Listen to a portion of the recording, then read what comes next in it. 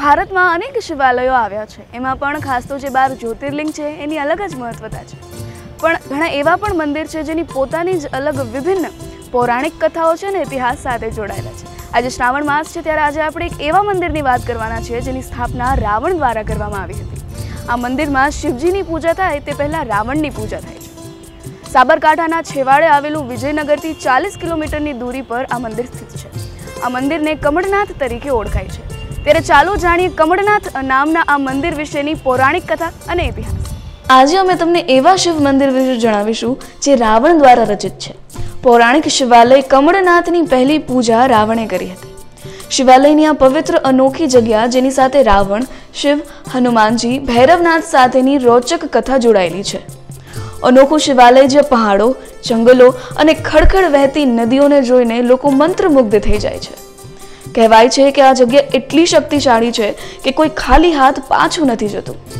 સાબરકાંઠાનો છેવાડો તાલુકો વિજયનગરથી 40 કિલોમીટર ઉદયપુર જિલ્લાના જાડોર ફલાસિયા રોડ પર જતા હાઈવે પર આવેલું મગવાસ ગામ અને ત્યાંથી માત્ર 6 કિલોમીટર મંદિર તરફ જતા આવરગઢ પહાડો પર રાવણ દ્વારા સ્થાપિત શિવલિંગ છે. કહેવાય છે કે આ જગ્યાએ આવરગઢના પરકોટા પર મહારાણા પ્રતાપે પણ આ જગ્યા પર પૂજા પાઠ કરેલા અને ઘાસની રોટલી ખાધેલી હતી. પહેલા શનિદેવના દર્શન કર્યા બાદ જ આ શિવાલયના દર્શન પરિપૂર્ણ થાય છે. શનિદેવના દર્શન કર્યા બાદ માત્ર 1 કિલોમીટર પગદંડી રસ્તે જતા પહાડો, જંગલોમાં અલગ અલગ વૃક્ષો, ઝરણા, પશુ પક્ષીઓના કલરવ જોવા મળશે, જેનો અનુભવ કરીને યાત્રિકો મંત્રમુગ્ધ બની જાય છે. જેમ જેમ શિવાલય નજીક આવે તેમજ રોમાંચિત અનુભૂતિ થવા લાગે કે જાણે ભગવાન શિવના કૈલાશ ધામ પર આવી પહોંચ્યા હોય. કમળનાથ શિવાલયની યોનિનું માર્ગ પૂર્વ દિશામાં છે, જે બીજા મંદિરો કરતા અલગ છે. જ્યાં ઉત્તર દિશા કમળનાથ શિવલિંગ સમીપ રાવણની મૂર્તિ છે, જે પહેલા રાવણની પૂજા કર્યા બાદ જ અહીં શિવજીની પૂજા થાય છે. શિવ મંદિરમાં પ્રવેશતા જ ગૌમુખ ગુપ્ત ગંગાની ધારા અવિરત 12 માસ વર્ષોથી અવિરત વહેતી રહે છે. તે ધારા પર જ શિવલિંગ સ્થાપિત છે. આ ગુપ્ત ગંગા ક્યાંથી આવે છે અને ક્યાં ગુપ્ત થાય છે તે દ્રશ્યમાન થતું નથી. सभी भक्तों को जय श्री कृष्णा, जय महादेव, जय कमलनाथ महादेव। आपको मैं ये निवेदन कर रहा हूँ कि जो आवरगढ़ परकोटे के अंदर जो कमलनाथ जी का मंदिर जो विराजमान है, उस पर नित्य रुद्राभिषेक करने के लिए और यहाँ के जो पुजारी हैं ललित जी शर्मा, उनके लिए मैं यहाँ पर महादेव की पूजा अर्चन करने के लिए 1 महीना श्रावण में यहाँ पर आता हूँ और प्रतिवर्ष श्रावण में यहाँ पर पूजन अर्चन करता हूँ। इस मंदिर की यह विशेषता है कि यहाँ पर उत्तर में तो रावण की मूर्ति स्थापित है और पूर्व में योनि का मार्ग है। तो यहाँ पर ये बात विशेष देखने को मिलेगी आपको कि यहाँ पर सबसे पहले रावण की पूजा की जाती है और उसके बाद में शिवलिंग की आराधना, पूजा अर्चन किया जाता है। तथा यहाँ पर भगवान शिव के मंदिर के पास में गंगा जी का उद्गम स्थान है। यहाँ पर वो गंगा जो जल का आगमन है वो कहाँ से आ रही है और कहाँ जा रही है, ये आज तक किसी को नहीं पता चला है। और यह जो जल आता है वो 12 महीने 24 घंटे यहाँ पर अनवरत बहता है और उसी धार में बहता है। ये जो आवरगढ़ का जो परकोटा है, यहाँ पर अनेकों प्रकार के देवी देवियों की शक्तियाँ विराजमान हैं। और यहाँ पर आपने एक कथा सुनी होगी कि घास की रोटी जो महाराणा प्रताप ने खाई थी, वो यही स्थान है। मेवाड़ अंचल का जो ये स्थान है, आवरगढ़ का पर्वत, यहीं पर महाराणा प्रताप ने रहकर पूजन अर्चन किया कमलनाथ जी का। और यहाँ के जो मूल निवासी हैं आदिवासी की जो जाति है, उन्होंने भी महाराणा प्रताप का सहयोग किया और युद्ध करने में उनका सहभागिता अपनाई, जिसके द्वारा महाराणा प्रताप ने भी हल्दी घाटी में विजय प्राप्त करी थी। और यहाँ कमलनाथ के महादेव की इतनी महिमा है कि यहाँ पर भक्तों की अनेकों प्रकार की जो इच्छाएँ हैं पूर्ण हो जाती हैं, जिसके कारण यहाँ पर सैकड़ों यात्री यहाँ पर पधारते हैं। इसी प्रकार आप भी यहाँ पर पधारिए और आशीर्वाद, भगवान कमलनाथ जी का आशीर्वाद प्राप्त करिए। जय कमलनाथ, जय श्री कृष्ण। કમળનાથ મહાદેવનો પુરાણોમાં પણ લેખ છે. રાવણ કૈલાશ પરથી શિવજીની શિવલિંગ સ્વરૂપે લંકા પર લઈ જવા નીકળ્યા હતા. ત્યાં ભગવાન શિવે પરીક્ષા લેવા રાવણને લઘુશંકાની અસર આપી. જ્યાં ભગવાન શિવ ગોવાળિયાનું રૂપ ધારણ કરીને ત્યાં ઊભા રહ્યા. રાવણે તેમના હાથમાં શિવલિંગ આપ્યું અને કીધું કે આ શિવજી સ્વરૂપે સાક્ષાત છે. શિવલિંગને જમીન પર ન મૂકશો, નહીતર અહીંયા જ શિવજી પ્રસ્થાપિત થશે. જેવો રાવણ લઘુશંકાએ ગયો કે ત્યાં જ શિવલિંગને આવરકોટના પહાડો વચ્ચે જંગલોમાં મૂકી દેતા ત્યાં શિવ પ્રસ્થાપિત થયા. ત્યારબાદ શિવજીને ફરીથી રીઝવવા અને લંકા સાથે લઈ જવા માટે 108 કમળની પૂજા વિધિ સાથે હવન શરૂ કર્યું. રાવણની આરાધનાથી શિવજીની અસીમ કૃપા વરસી અને રાવણના નાભીથી અમૃત જળતું થયું. શિવજીના કહેવા મુજબ રાવણને કમળની પૂજા કરી. રાવણની આરાધનાથી શિવજીની અસીમ કૃપા વરસી અને રાવણના નાભીથી અમૃત જળતું થયું. શિવજીના કહેવા મુજબ રાવણને કમળની પૂજા કરી. શિવજીએ પ્રસન્ન થઈ આશીર્વચન આપ્યા કે સર્વપ્રથમ અહીંયા તારું નામે જ પૂજા થશે, પછી મારા નામે દર્શન થશે. આમ રાવણની पूजा કર્યા बाद कमलनाथ महादेव ना दर्शन થાય છે. रावण द्वारा शिवजी की तपस्या करने के बाद शिवजी को श्री लंका में ले जाने की इच्छा से उन्होंने शिवजी को लेके आ रहे थे. रास्ते में उनको लघु शंका लगी. लघु शंका के कारण उन्होंने भगवान ने ग्वाले के रूप में किसी आदमी को प्रकट किया. प्रकट होते ही भगवान शिवजी को उन्होंने थमा दिया. उन्होंने वही रख दिया जो शंभू के रूप में आज की तारीख में वो कमलनाथ नाम से विख्यात हुआ. इस कमलनाथ महादेव के पीछे फिर रावण द्वारा अखंड तपस्या की गई थी. 108 कमल चढ़ाए, रोज़ 108 कमल चढ़ाए जाते थे. लेकिन एक दिन 108 में से एक कमल कम पड़ने के कारण उन्होंने अपना मस्तक चढ़ाया था और इसी नाम से इस कमलनाथ का नाम रखा है. और ये किंवदंती है. इस किंवदंती के अनुसार हम भी इन लोगों को, जो भी आस्थावान लोग आते हैं, उनके साथ हम यही चर्चा करते हैं. और महाराणा रावण द्वारा ऊपर ही एक हवन कुंड है, जहाँ बहुत बड़ा हवन कुंड है जिसमें हवन किया गया था, जिसमें एक बंदर द्वारा उस हवन का भी विध्वंस किया गया था. ये इस तरह की किंवदंती हमें यहाँ मिली है, हम जानते हैं और आगे से आगे चलती रहेगी. ये कमलनाथ के प्रति आस्था रखी है लोगों ने और यहाँ आते हैं लोग यात्री और अपनी मनोकामना पूर्ण करते हैं. जय कमलनाथ.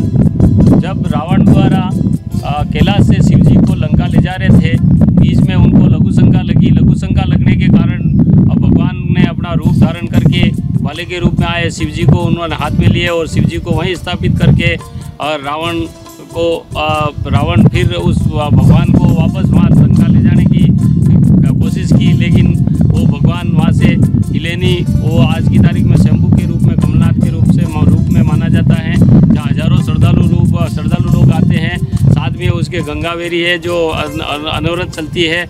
उसी के ऊपर उत्तर की दिशा में पहाड़ के टॉप पे एक हवन कुंड बना हुआ है, जो रावण द्वारा यहाँ तपस्या की थी, हवन किया था और लंबे समय तक हवन किया, जिसकी ईंटें आज की तारीख में आपको बताएं 1 फीट के 1 बाई 1 की ईंटें मिल रही है.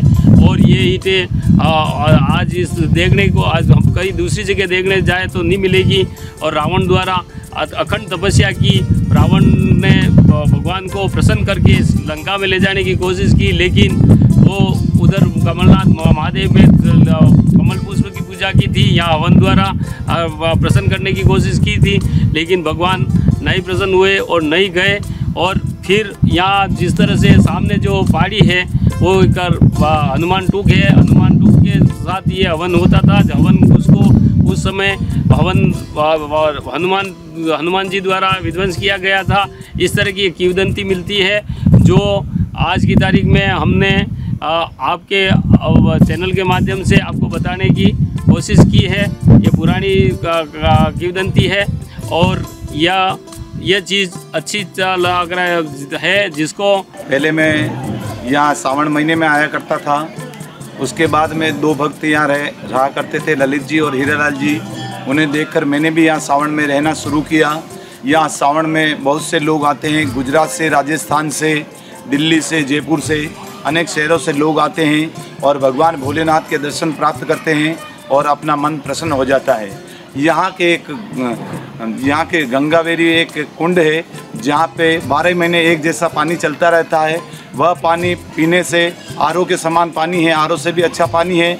उसके बाद में उसमें स्नान करने पर लोगों को संतुष्टि प्राप्त होती है. यहाँ सोमवार के दिनों में, सावन के मास में लोगों की लंबी लंबी कतारें लगी रहती है. लंबी कतारों के कारण यहाँ लोगों को दर्शन लेट समय में होते हैं. फिर भी लोग आस्थावान रहते हैं। यहाँ रात्रि के समय भी लोग रात को 12-12 बजे तक आया करते हैं। यहाँ के आवरगढ़ के ऊपर यहाँ 7 तालाब हैं। 7 तालाबों में कमल के फूल होते हैं। वहाँ से लोग फूल ला के भी चढ़ाते हैं। यहाँ अनेक भक्तों का आना जाना होता है। जहाँ सावन के महीने में रात्रिकालीन भजन संध्या का आयोजन होता है। सोमवार के दिनों में लगभग यहाँ 5 से 6 भजन मंडलियाँ होती है।